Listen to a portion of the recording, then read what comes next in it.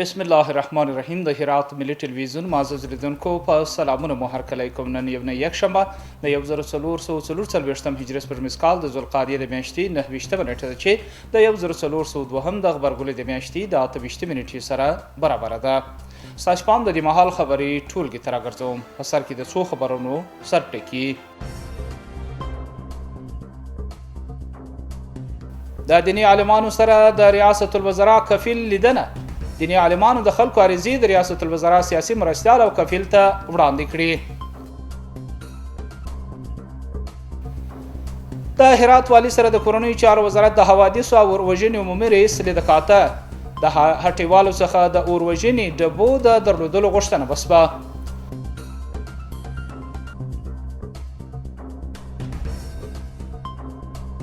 او د اورلګېدنې زیانمن شوو سره د مولانا حقاني لیدنه. د دې کسانو غږ به تر مشرانو ورسول سي.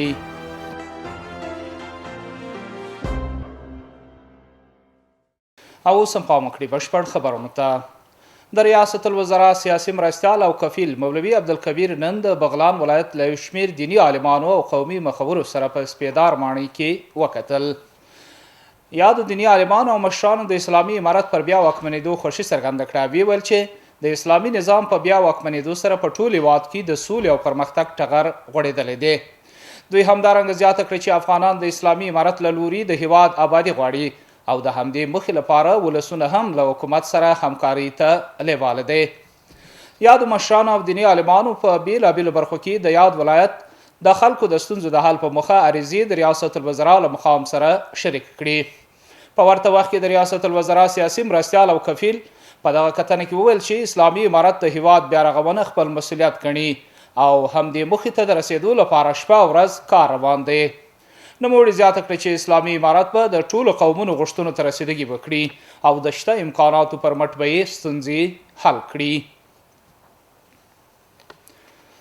د ریاست الوزرا اداري مرستیال مولوي عبدالسلام حنفي پرون د افغانستان د سوداګرۍ او پانګونې خونې له سرپرست محمد یونس مومند او یادې خونې له یو تنغړي حاجي خانجان الکوزي سره وکتل.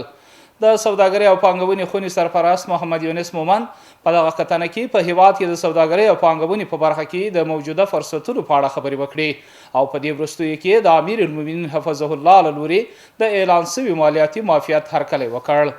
د افغانستان د سوداګرۍ او پانګونې خونې سرپرست د سوداګرو او پانګوالو د ځاني او مالي امنیت د خوندیتوب په ګمرکونو کې د روڼتیا د رامنځته کولو، د وارداتي اقلامو د کیفیت تشخیص لپاره د لابراتوارونو برابرول او د اداري فساد له منځه وړل په هېواد کې د سوداګرۍ او پانګونې په وړاندې هغه فرصتونه وبالل چې د اسلامي امارت تر سیوري لاندې رامنځته شوي او په بېلابېلو برخو کې په هېواد کې د سوداګرۍ او پانګوالو د خوشحالۍ او هڅونې لامل ګرځېدلی دي.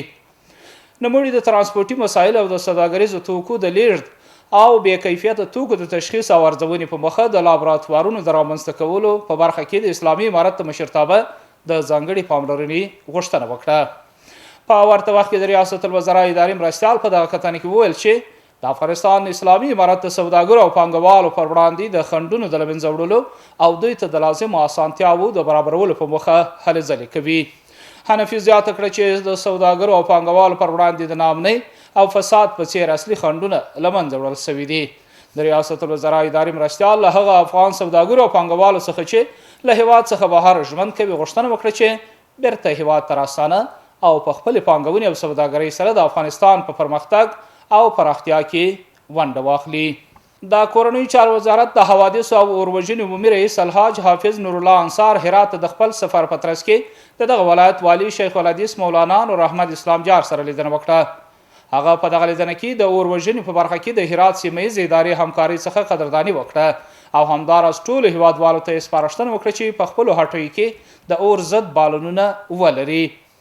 بل خو هم د هرات والي شیخ الحدیث مولانا نور احمد اسلام جار پر وخت د اور مهارولو په برخه کې د اوروژنې مدیریت، امنیه قمندانۍ، هوایي ډګر، ښاروالۍ ادارې، حوزوي روغتون، 200 الفاروق الاردو کړنې وستایلې او ډاډ یې ورکړ چې په هر ځای او وخت کې به د اوسیدونکو ستونزو ته پر وخت رسیدګي کوي.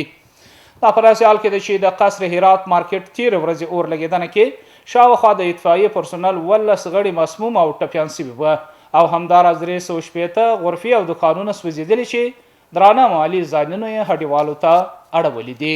طوری که شما در جریان هستید، روز گذشته آتش سوزی در مارکت به نام قصر هرات رخ داد و به اثر تلاش‌های مدیریت اطفائیه، قماندانی امنیه، بخش اطفائیه میدان هوایی و قلعه‌اردو، ساعت عامه، شفاخانه یوزوی، هرات آمبولانس و بخش تنظیف اداره شاروالی آتش مهار گردید. متاسفانه در این آتش سوزی 300 دکان و 60 غرفه حریق گردید که خسارات هنگفت مالی را برای شهروندان عزیز بر جا گذاشت و همچنان اداره محلی هرات از تمامی اداراتی که در قسمت مهار آتش سوزی تلاش نمودند تشکری میکنه. د هرات قصر مارکیټ د ورلګېدنې زیانمن شوو سره د هرات اطلاعات او فرهنګ رئیس خواخوږۍ څرګندونه کړې ده. د هرات اطلاعات او فرهنګ رئیس مولانا نعیم الحق قانی د هرات قصر مارکیټ ته په ورتلو سره د یاد مارکیټ زیانمن شوو سره خواخوږي څرګنده کړه. مولانا حقانی زیانمن شوو سره په لیدنه کې وویل زیار باسي ستاسې غږ د اسلامي امارت تر جګپوړو مسؤلینو پورې ورسوي ترڅو د زیانمن شوو سره همکاري وشي. دا راز د قصر مارکیټ مسؤل مولوي صفات الله مولوي زاده وایي د اوروژنې ځواکونو په زیار سره د دې مارکیټ شاوخوا مارکیټونو ته د اور د خپرېدو مخه نیول شوې ده. د هرات د اوروژن رئیس مولوي باران وایي په دې اورلګېدنه کې د اورلګېدنې برخې شاوخوا 100 تنه چې د سنتي ښارګوټي او کابل څخه هم راغلي وو د اور د مهار کولو په چارو بوختو. د هرات اوروژنې مدیر وایي د دوی 100 تنه کارکوونکي د کار په بهیر کې مسموم شوي دي. دا راز د هرات قصر په مارکیټ کې اورلګېدنې پرون سهار پر 3 بجو پیل او تر غربي پورې دوام کړی دی. په دې اورلګېدنه کې شاوخوا 300 پلورنځیو ته مالي زیانونه اوښتي دي. د هرات اطلاعات او فرهنګ رئیس د کوکویان ورزشي نړیوال مدرک د ویش په غونډه کې د ورزشکارانو پر کلک ملاتړ ټینګار وکړ. په دې غونډه کې مولانا حقانی زیاته کړه چې د یو بل په همکارۍ به د ځوانانو په منځ کې ورزش دود کړو. د هرات اطلاعات او کلتور رئیس وایي اسلامي امارت د هیڅ ډول ورزش مخه نه ده نیولې او غواړي چې ځوانان په ورزشي ډګرونو کې ویاړ وګټي. په دې غونډه کې مولانا حقانی د هیواد د فوټبال لوبډلې د سرمربي څخه ګوتنیونه وکړه چې د کافا په سیالیو کې نیوکه کړې وه. هغه ویل باید د فوټبال پر لوبډلې نور هم کار وشي. مولانا زیاته کړه خلک د یاد مربي څخه ډیر انتظار لري چې هغسې ونه سوه او اوس باید د دې لوبډلې کمزوري رابرسیره سي. د بدني روزنې رئیس مولوي محمود مشفق د ورزش څخه د افغانستان د خلکو د واحد چتر په توګه یادونه وکړه. دا په داسې حال کې ده چې د هرات ولایت ورزشکاران په بیلابیلو برخو کې ځلیدلي او په نړیوالو ډګرونو کې ویاړونه ګټلي دي. 15 تنه د نشهیي توکو د کارولو او پلور په تور د اسلامي امارت مجاهدینو د لوري نیول شوي دي. د هرات د نشهیي توکو په وړاندې د مبارزې مدیریت موظفینو د کشفي عملیات په ترڅ کې 15 تنه د نشهیي توکو د کارولو او پلور په تور د دې ولایت د مربوطاتو څخه نیولي دي. د دې کسانو څخه یوه اندازه شراب ترلاسه شوي او هغوی تر څار لاندې دي. دا راز د یادو کسانو لپاره نسبتي دوسیې بشپړې او عدلي او قضایي ارګانونو ته سپارل شوي دي. یو تن د یو زرنګ موټرسایکل د غلا په تور د اسلامي امارت ځواکونو د لوري ونیول شو. د هرات امنیه قمندانۍ د 11 امنیتي حوزې مجاهدینو د یو کشفي اقدام په ترڅ کې یو تن د یو زرنګ موټرسایکل د غلا په تور د یادې حوزې د مربوطاتو څخه نیولې دي. د دې کسانو څخه یو غلا شوی موټرسایکل ترلاسه شوی او هغوی تر څار لاندې دي. د یادونې وړ ده چې یاد زرنګ موټرسایکل د قانوني اسنادو له مخې د هغه مالک ته سپارل شوی دی. د امنیه قمندانۍ د 4 امنیتي حوزې مجاهدینو د لوري 2 تنه د نامشروع اړیکو په تور نیول شوي دي. دغه 2 تنه چې یوې نارینه او بلې ښځه ده د ناقانونه اړیکو په تور د 4 امنیتي حوزې مربوطاتو څخه نیول شوي دي. د دې کسانو دوسیې بشپړې او عدلي او قضایي ارګانونو ته سپارل شوي دي. او اوس هم د سبا ورځې د هوا حالات. قدرمنو دوستانو د ما سلامونه ومنئ. شپه مو په خیر. اوس هم پاملرنه وکئ د سبا ورځې د هوا حالاتو ته. دوشنبه هرات شهر لمر 11 درجه 40 تیتای 12.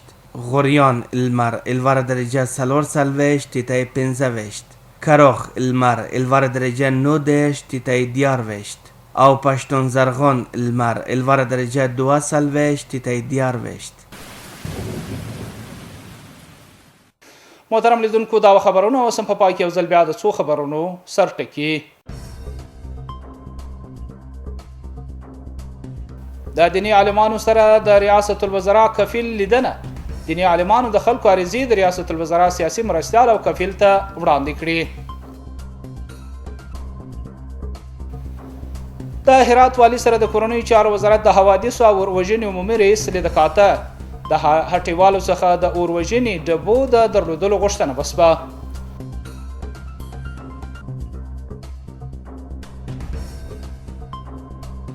او د ورلګېدنې زیانمن شوو سره د مولانا حقاني لیدنه د دې کسانو غږ به تر مشرانو ورسول سي.